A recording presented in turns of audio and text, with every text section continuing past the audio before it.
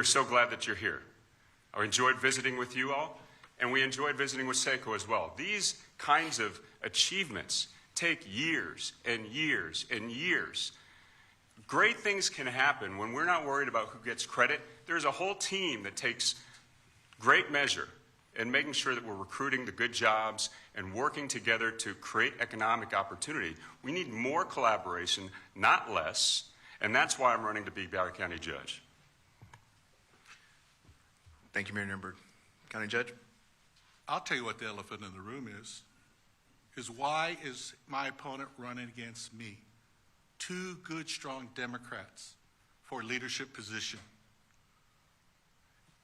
We have issues at the highest level with the Trump policies, the federal policies that have created cuts to Medicaid and affordable care subsidies. We've got cuts to SNAP and food stamps and food assistance. We've got affordable housing crisis. Those are what we have to push back. That's what local government county judge has to do, and that's the reason why I put that as the elephant in the room. Why is Ron running for county judge? Okay, thank you very much. Okay, on to workforce development and economic mobility. We mentioned Chris Corso, who's walking out. He's our former chair of workforce and our chair-elect, and nobody at the Metro Chamber knows more about this topic than him. So I'm a little sad he's going to potentially miss your answer here. So economic growth ultimately depends on having a workforce that's prepared to meet employer needs. Let's shift now to this workforce and mobility, economic mobility arena. Mayor Nirenberg, we'll start with you on this question. So for background, through initiatives like Ready to Work, the city has invested heavily in workforce training, wraparound services, and employer partnerships. My question to you is, what key lessons from Ready to Work or other city workforce efforts would you apply at the county level to better align workforce development with economic growth and regional employment needs? Great, thank you. Well, first big lesson is alignment. We've got to get aligned. And I will tell you, when I talk to communities outside of San Antonio, they recognize that San Antonio has one of the best resource workforce pipelines in the country, from early childhood with our pre-K initiative all the way through Alamo Promise and now adult workforce training through Ready to Work. We've got to be aligned in this community to make sure that we're putting as much of our resources to good work and getting people to good paying jobs. And I know we're probably going to talk about public safety. Let me just say one thing. My philosophy is if you want to respond to crime, we got to have the best resource law enforcement we can afford. If we want to prevent crime, make sure people have pathways to good paying jobs. And so we're working on good paying jobs. I'll give you some positive lessons learned from Ready to Work. We've got to connect the employers to the providers and make sure there's a portal to ensure that the participants have seamless entry into the jobs that we're training for. The other big one is it's got to be dynamic. We can't just be training for education's sake. We're not training to give people degrees. We're training to get people good paying jobs. And so making sure that the training programs are appropriate to the real world economy, that they can change as the economy changes, because we live in the real world. Those things change. We can't be so fixated on the jobs we want. We've got to make sure that we're training for the jobs that we have and we know are coming. One thing I would also say, though, is that we're also in pursuit of changing the economic trajectory of this community. Poverty is our biggest issue, and that takes time. So setting expectations. Ready to Work is an incredible program, and it's changing lives, and I wish I had more minutes to talk about it, but it is changing lives in this community by the thousands. And that doesn't happen overnight. If there's one big lesson learned, we've got set expectations. It takes time to break poverty. It takes time to remove life barriers for folks and get them into good paying jobs. Okay, thank you, Mayor Nirenberg. Judge Sakai, Bexar County's Texas Fast Track Workforce Program, developed in partnership with Texas Fame Alamo Chapter, provides intensive 10-week training to prepare residents for high-demand advanced manufacturing jobs and has expanded with county funding and employer involvement. The question to you is, how do you see Texas Fast Track and other county workforce initiatives evolving to meet current labor demands and needs, and what additional steps would you take to expand their impact if you continue to be in office? Thank you for that question. I think that's one question and one issue that really separates me from my opponent. I'm going to put on record, the Ready to Work program has not created a return of investment. The projected goals have not been met. It was a tremendous diversion of the sales tax from the Edwards Aquifer Protection to the Ready to Work. I think that's created severe consequences in regards to the protection of the aquifer. In regards to the return on investment and what separates the county and the city is the county, as you mentioned, Paul, has created Texas Fast Track and Texas FAME. They are the highest rated program of workforce development. They are focused on advanced manufacturing. We are making sure that our industries in our community are being met. Fast Track has a 90% graduation and a 90% retention by the employers. Why? Because it's employer driven. How did that happen? Because I listened to the employers and we created programs. Texas Fast Track is a 10-week program. We operate at a fraction of what the Ready to Work program does. And so I submit to you that that is the difference. Great ideas, great program. It created a tremendous investment, but it did not get a rate of return. It did not return anything close to what it was supposed to do. And so, as your county judge, I will continue to expand Texas Fast Track to meet the needs through an employer-driven. The employers tell us what they need, and we've delivered it, and we will continue to do so as your county judge. I love Texas Fast Track. Great program.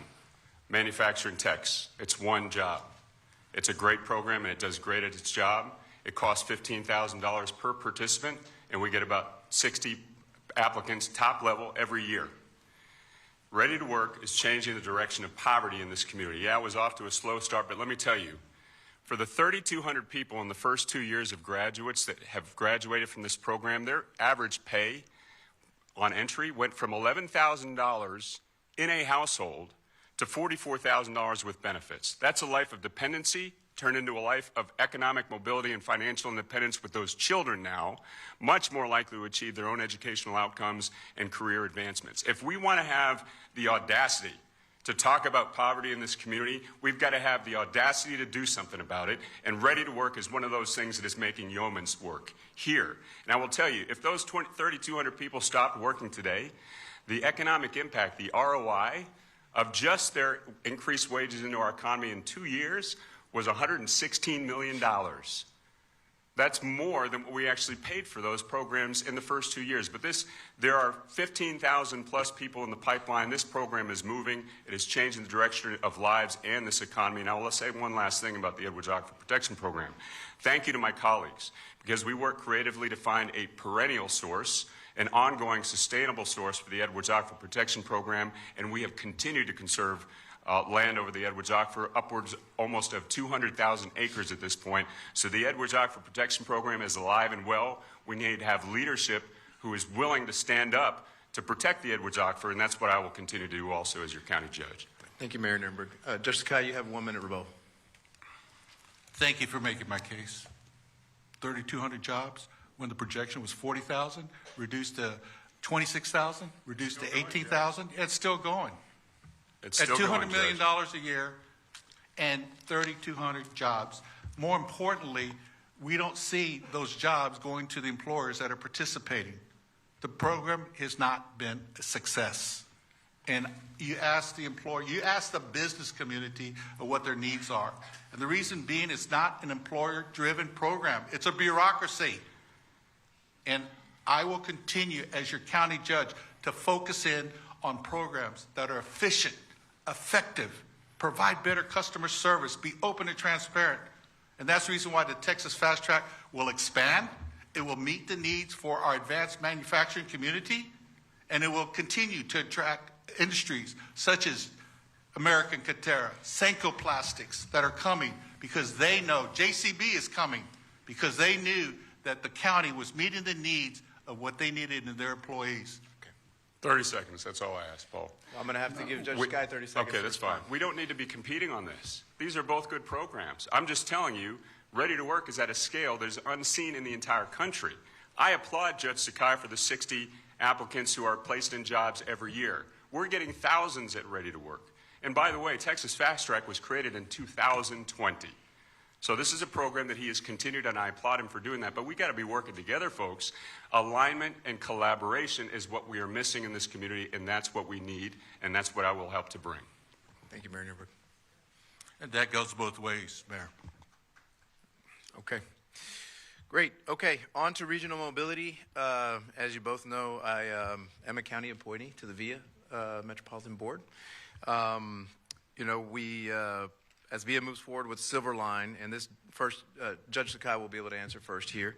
As we move forward with the Silver Line and continues planning for future corridors like the Green Line, how do you see Bexar County's role evolving in supporting, coordinating, and sustaining these projects over time? More broadly, what responsibilities should the county have in ensuring that these transit investments align with regional growth, workforce access, and long-term mobilities? And more importantly, how can the county work with the city to help provide policy that supports investment around these ART lines? Thank you, Paul. Great question. Let me make it perfectly clear that as county judge, I am committed to public transportation. I came in there knowing that multimodal solutions were needed for our traffic grid and for economic growth. VIA came to the county because they could not get the funding for the Silver Line, which I believe is the game changer that ties into referendums A and B, which ties the east side to the west side, from Our Lady of the Lake to Frostbank Center, which will now get a revitalization of the east side.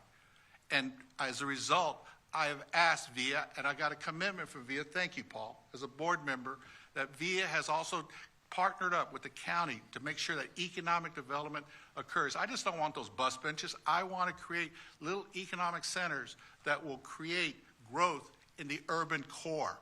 And that's the reason why we just need to get the cars off the road. No more cars on I-35. That's the reason why I started the discussion on rail, and we will continue to do so. A lot of obstacles to that, but I started that after it went and did not come back.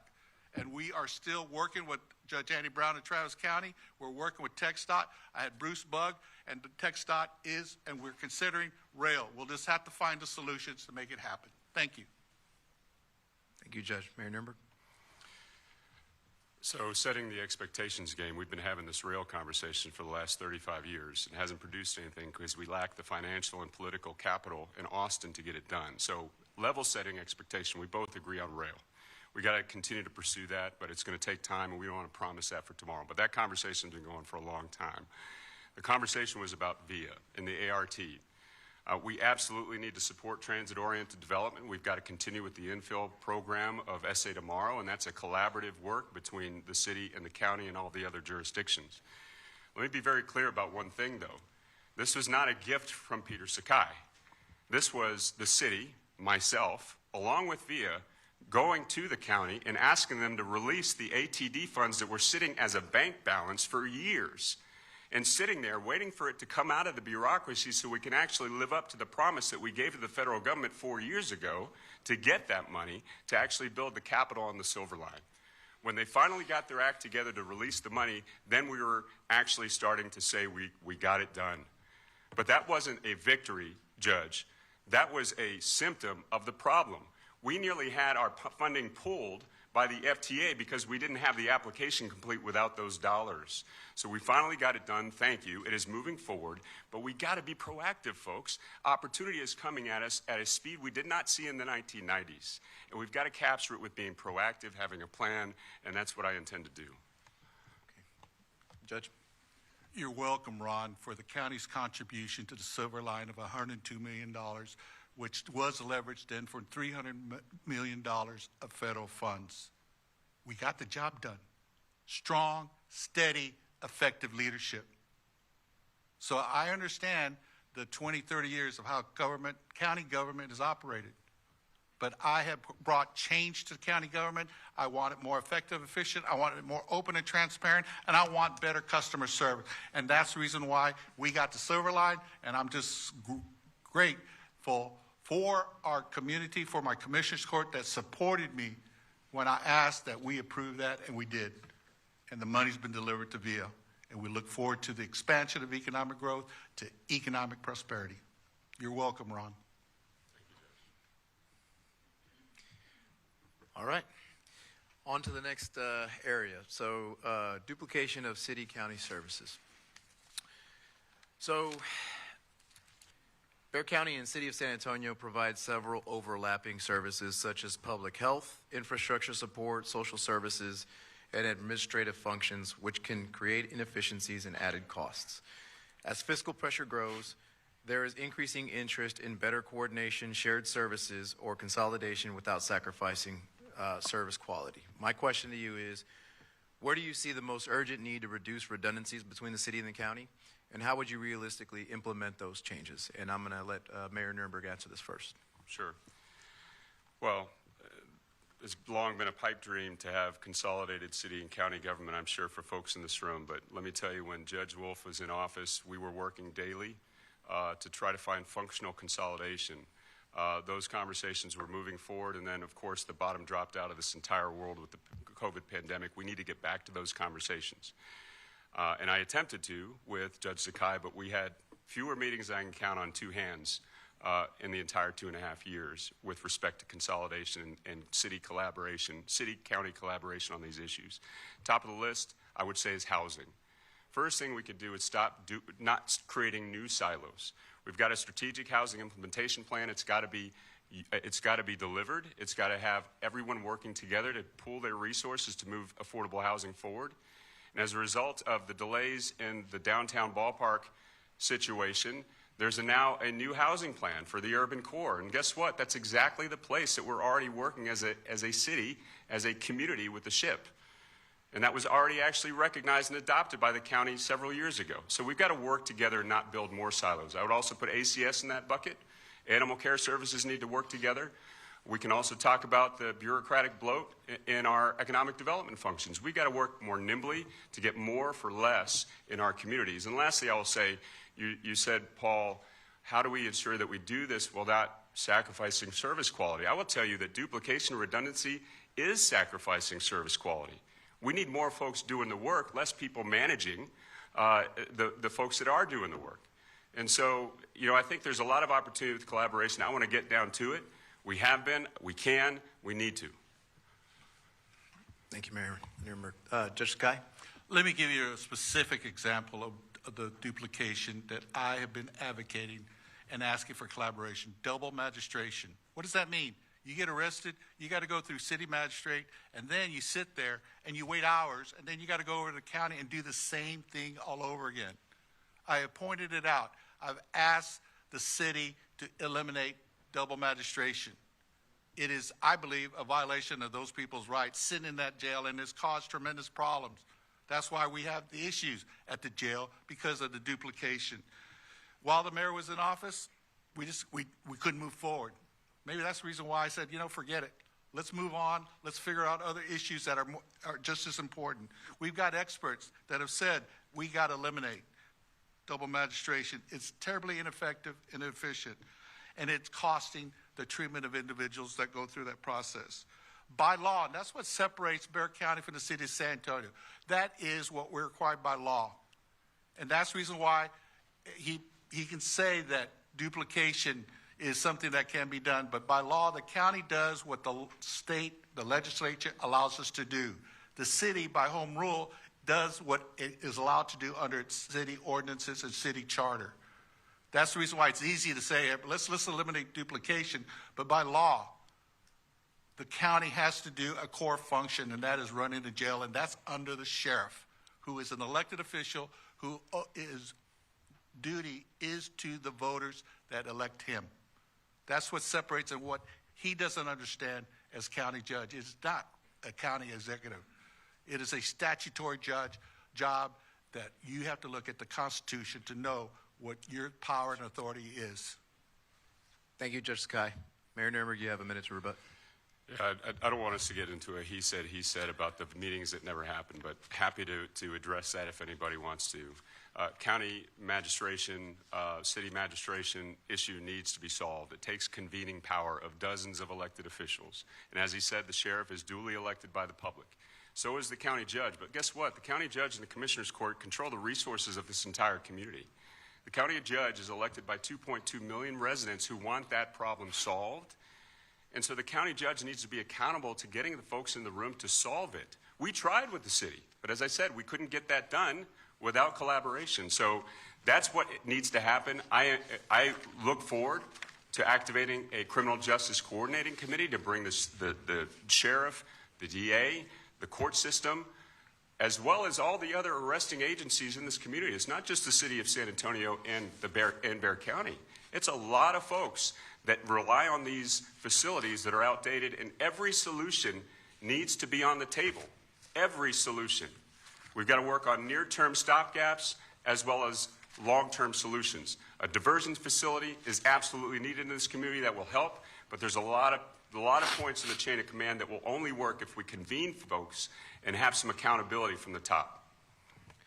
Thank you both for your answer. Now, I'm really proud to say that I'm not very familiar with this inefficient double magistration issue. So, all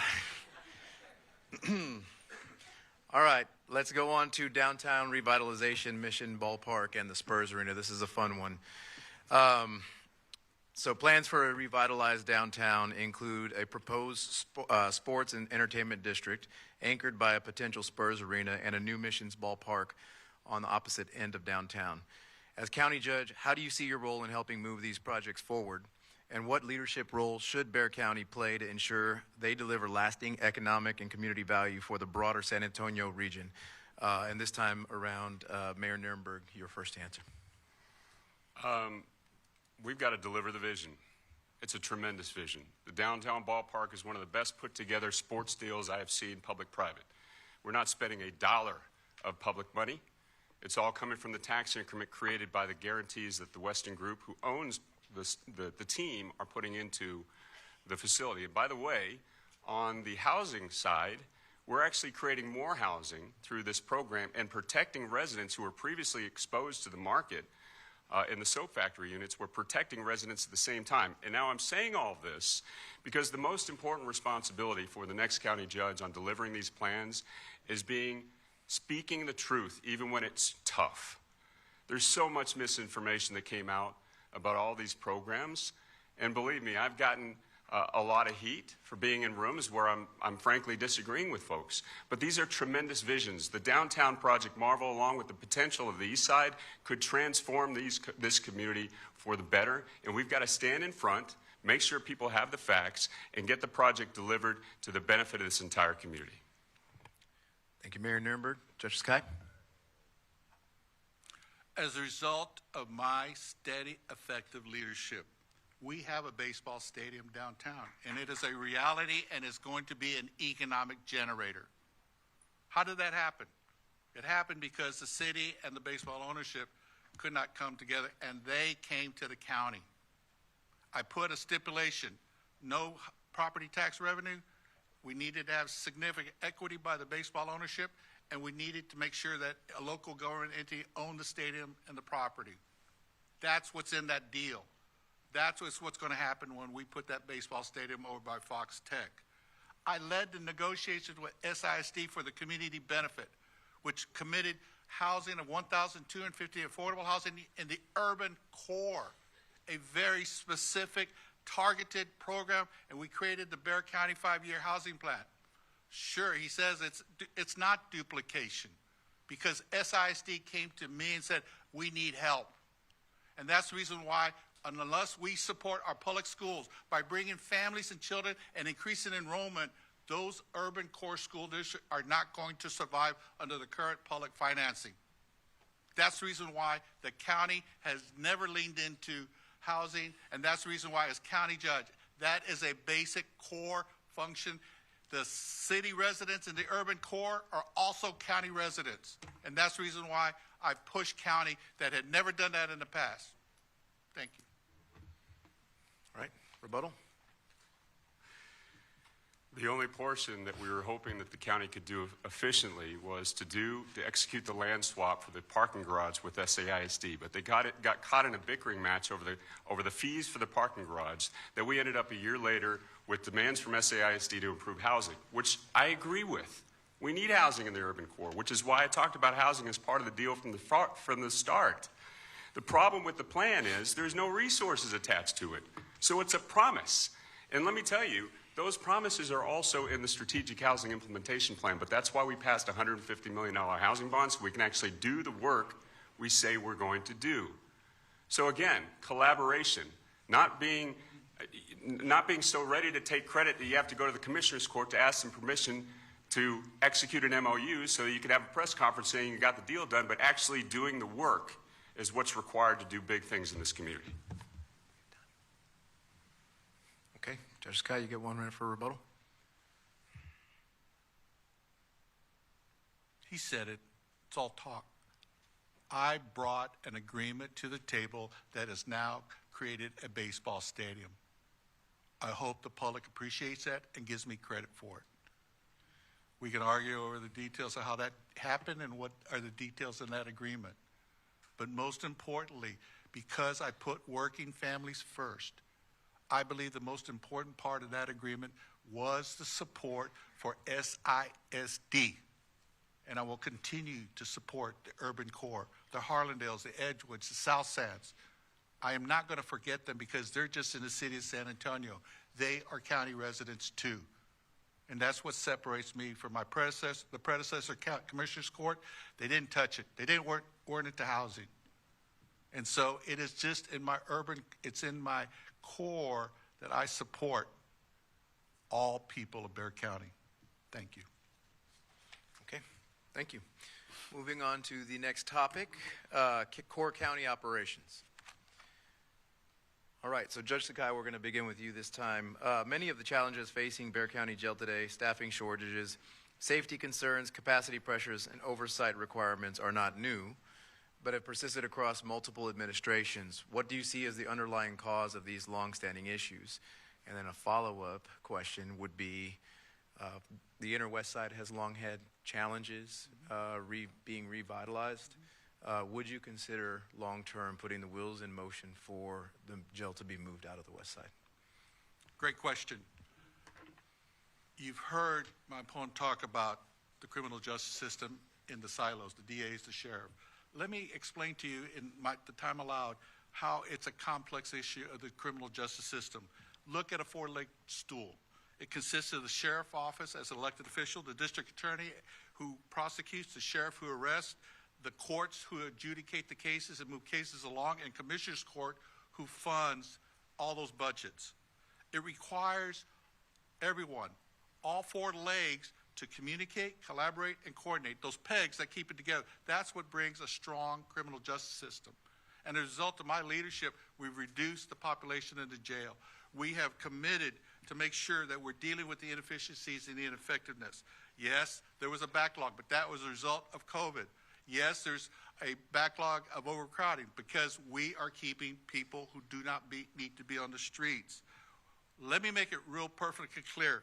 The county judge cannot dictate to the elected official. He is not a chief executive officer. He is an elected official under the Constitution that has to work hand in hand. And I've got a great relationship. We've improved the relationship with the sheriff's office. We don't argue over a vote.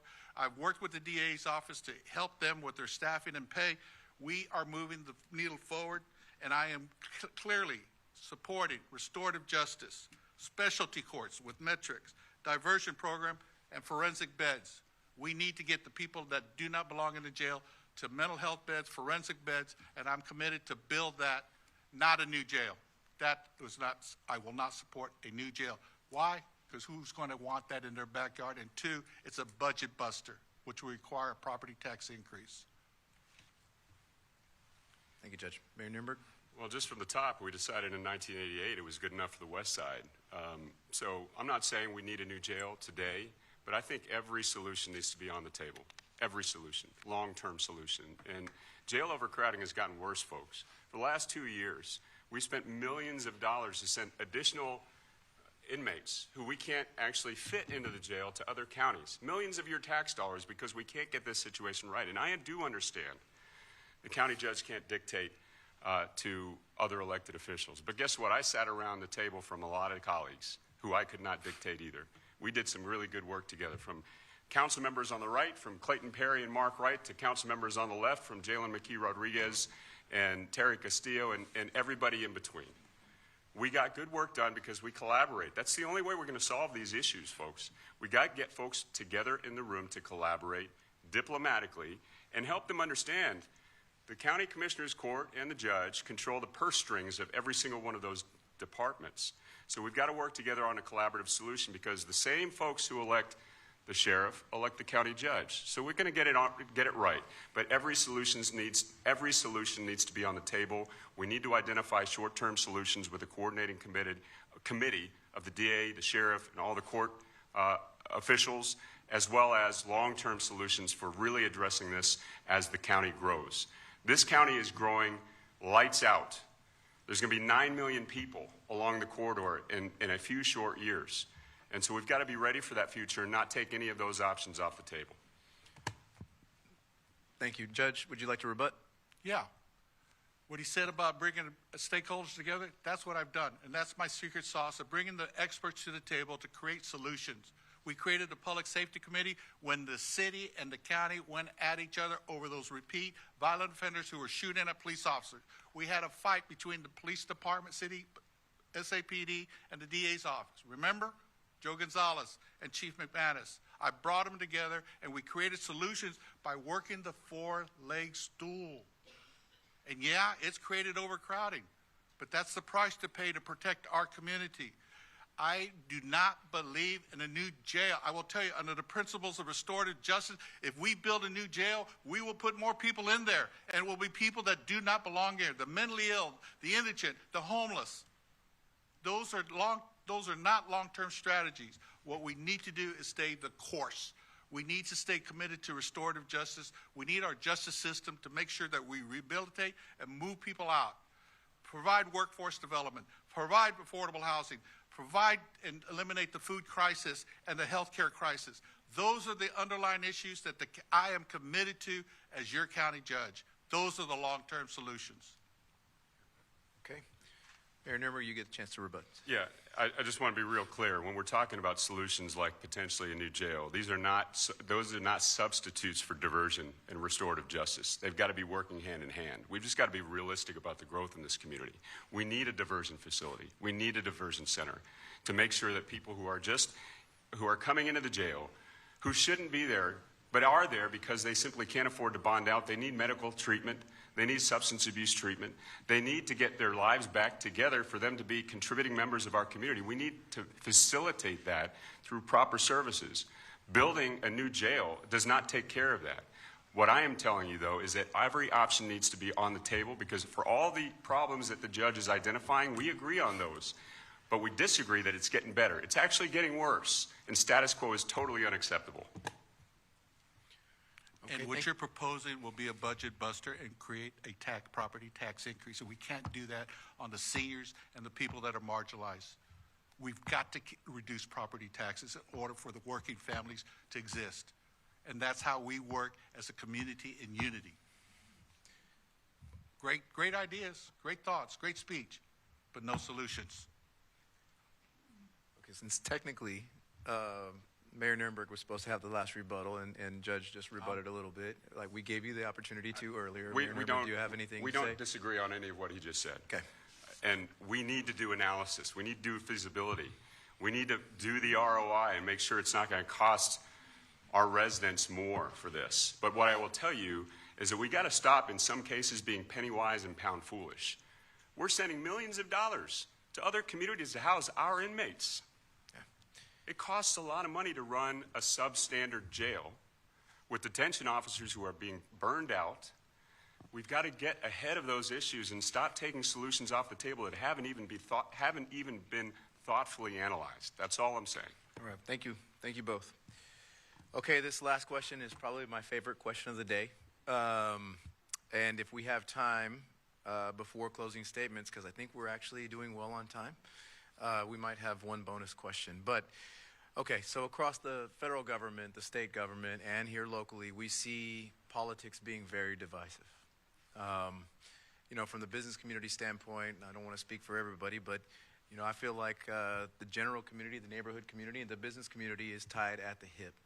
A lot of times that's not what is proclaimed out there in the public, right? We do well when our people are doing well, and the people do well, and the businesses are doing well. So how, as county judge, would both of you work to create more unity than division amongst not only the county leadership, but all of the elected leadership in the area? It's what I've been doing for 40 years as a public servant, putting children and families first in finding solutions. I've found solutions in child abuse and neglect, child welfare. I've found solutions for domestic violence, putting the Collaborative Commission on Domestic Violence. It is a true collaboration between the city of San Antonio and Bexar County, and I'm proud of it. Thank you, Mayor, for supporting the Collaborative Commission on Domestic Violence. It's a complex issue, but we're working on it, and we're working on it together. We are facing an economic crisis. We've got housing insecurity, we've got food insecurity, we've got healthcare insecurity. We need to marshal our resources. And that's the reason why I am running for re-election, because we need to continue the strong, steady, effective leadership. We don't need to change course. We don't need an on-the-job training. We need people who know the law, because that's what separates county and city. So let me put the misinformation, or whatever information you're getting. You have to know the law. By the way, the county judges have pretty much been all lawyers since the beginning of time. I believe Albert Bustamante, may he rest in peace, was the last one that was not a lawyer. And so that's the reason why it takes strong, effective, steady leadership who knows the law. As a district court judge, as a children's court judge, I made those changes. I made improvements. I have results. And I believe that Bexar County is better for it, and we're building a better Bexar. And that's the reason why I'm asking for your support for re-election. Thank you, Judge. Mayor Nirenberg? Sure. Well, this is an important question, because I think this is one of the most critical issues facing our community going forward, frankly, the country, as you can see. Community leadership is critically important for building unity. It's about tone. It's about being honest with people. It's about being open and transparent and willing to collaborate. I have, for the last 12 years, not viewed collaboration as a nuisance, but as a strength, and we will continue to do that across county departments and leaders, but also out in other jurisdictions, across party lines, across public and private sector. The same person I am today is the same one you elected for District 8 12 years ago. And so I will continue that and model the kind of unity and tone that we want to have in the community. We can disagree respectfully, and we've got to bring solutions to the table. I will say, though, on the county judge executive leadership, that is the requirement. Most major metros in this state are not run by attorneys, judges. They are county judges. They are executives and administrators of large organizations. In other communities, they're called the county mayor or the county executive. But what is required for this job is to do exactly what we've been talking about. Bring people together, be innovative, have vision, articulate a vision for the community, and actually build coalitions to the community, unite in the community around tough issues and getting them solved together. I'll continue to do that. Paul, I have committed since I started as a public servant, and I made this message 40 years ago. It's about communication. It's about collaboration. It's about coordination. The 3 C's. That's why it starts at communication and ends at coordination, because you got to execute. You got to have results. And that's what I'm submitting to the public. Judge me on the results. Judge me on my 40 years as a public servant committed to working families, to protecting children, empowering families, improving the system. I have shown that I can deliver, and I am delivering Bexar County to be effective, efficient, to be open and transparent, to provide better customer service.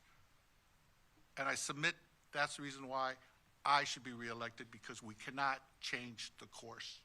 We are living in a crisis, and we need strong, steady, effective leadership. Thank you, Judge. Final rebuttal from Mayor Nirenberg. Yep, if you want one. No, I mean, again, great admiration for Judge Sakai's career as a children's court judge, but we aren't running for that position anymore. This is a leadership position that requires us to do complex things with a myriad different organizations and elected officials and the public. And you should judge us by our records, but use the appropriate ones. County judge has been in his position for the last 3.5 years and has a record. I was the mayor of this city for 8 years. I have a record. We might disagree on some of those things, but that's what we're talking about today. We're not running for a judicial position. We are running to be the chief executive of this very complex, high opportunity area. Okay. Thank you very much. All right. So we're going to come to the final opportunity for closing statements here. Now, the closing statements, we're going to give each of you 2 minutes, but with no rebuttal, okay? We're going to have Mayor Nirenberg go first since Judge Sakai went first on last question. So, Rich, let's keep account of that. We're doing 2 minutes for this, okay? So, Mayor Nirenberg, go ahead. Sure. One issue we didn't talk about, which I also think is symptomatic, is the fact that I hope everyone in here goes to check their voter registration, because there's a bureaucratic bottleneck happening in voter registration in the elections department, which is also funded by the county, that needs to be fixed. So go check your voter registration, because voting starts in less than 3 weeks for early voting for this race. My name is Ron Nirenberg. I was very proud to be your mayor for the last 8 years and serve as your city council member before that. I put my heart and soul into this job to make sure that people have opportunity to live in one of the best places in the world. And I do believe, and I think all of you know it too, that we have everything in this community to be one of the best places, most prosperous, strongest, resilient places in Texas. It is 2026. We just have to start innovating and articulating a bigger vision that we've been talking about. And we've got to start working together across jurisdictions and stop waiting for the future to get to us. I've taken risks, and I will continue to take risks on behalf of this community. I have big ideas that are informed by the conversations I've been having with thousands of people all over this community for years.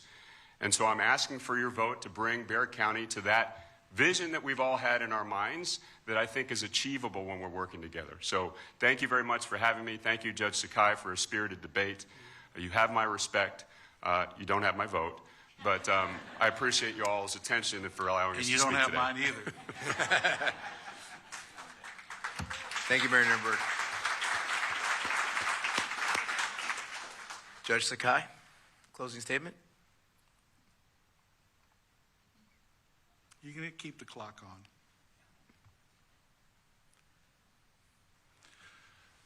You've heard a lot of information and talk this morning. And you're right, Ron. It's been spirited, and, you've put out what you believe is the difference. But I'm not going to take all my 2 minutes. I'm going to cut to the chase. If you voters think that he is the person that has solved all the city problems in his 8 years, then vote for him. But if you like the direction of the county and believe in my leadership and my commitment to building a better Bexar, then vote for me. That's what this election's all about. It's about the strength of character. It's a strength of integrity. It's the work values that my parents taught me. My parents taught me because I am the son of immigrants from Japan who came here nearly 100 years ago and were told to go back home, subject to discrimination and racism, subject to being told that they couldn't own land. Guess what? It's happening again. And that's the reason why I truly believe we have a constitutional crisis that I have spoken out against and condemned. We are in an economic crisis, food insecurity, housing insecurity, healthcare insecurity, and I am addressing it with putting grants and making sure the county is there to make sure people are fed, people have housing, people are protected. And that's reason why I'm asking for your vote for re-election. Thank you all very much for the opportunity to speak to you. Thank you, Judge. Well, I'm gonna hand it over back to our President and CEO Brett Finley for closing comments. But can we give the Judge and Mayor Nirenberg a round of applause?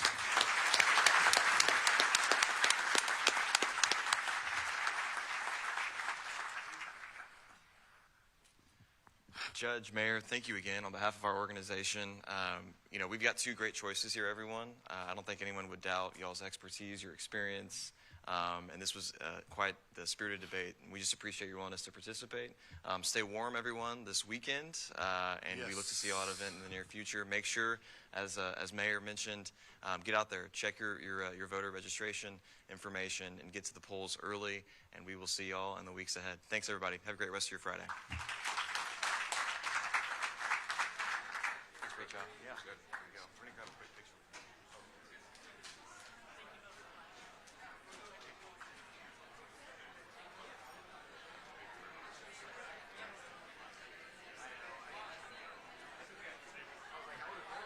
Put me in the doghouse. Yeah. Hey, hey, man. Sorry to get it. Sorry. Appreciate that.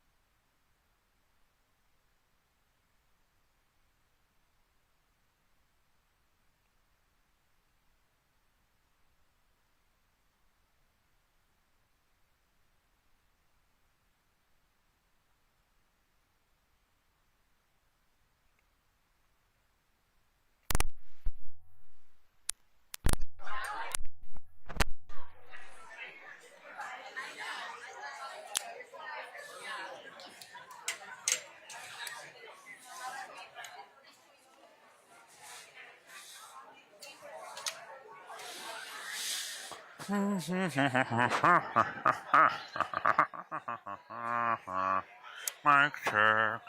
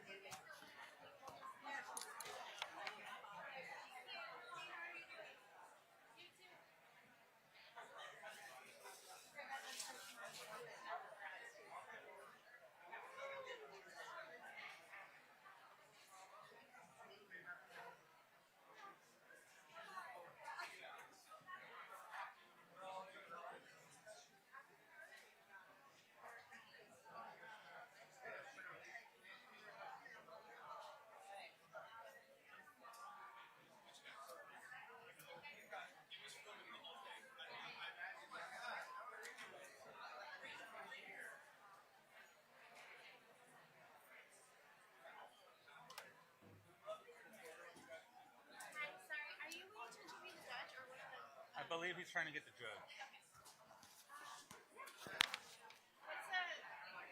KSAT.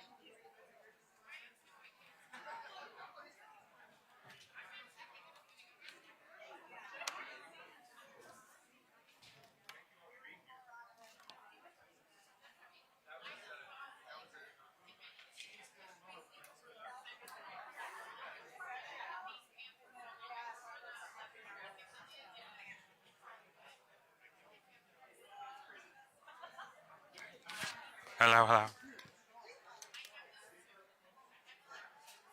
right, you can go ahead and disconnect from the live view just because I don't want them to keep streaming live shit. We're gonna stream the interviews as we're doing them. What do you mean? Just tell them to stop streaming. You don't need to call. Like, cause they need to, like, if they want it, like now they can roll on it. Oh yeah.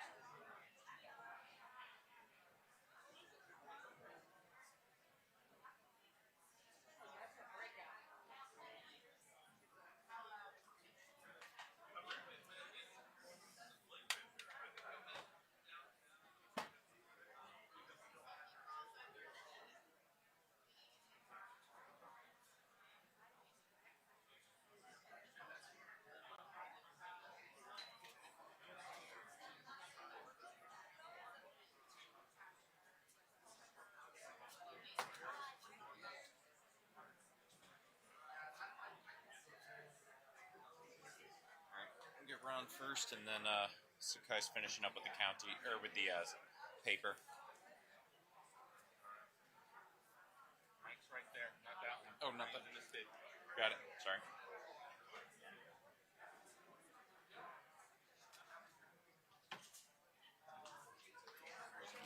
Just put that on. Got it.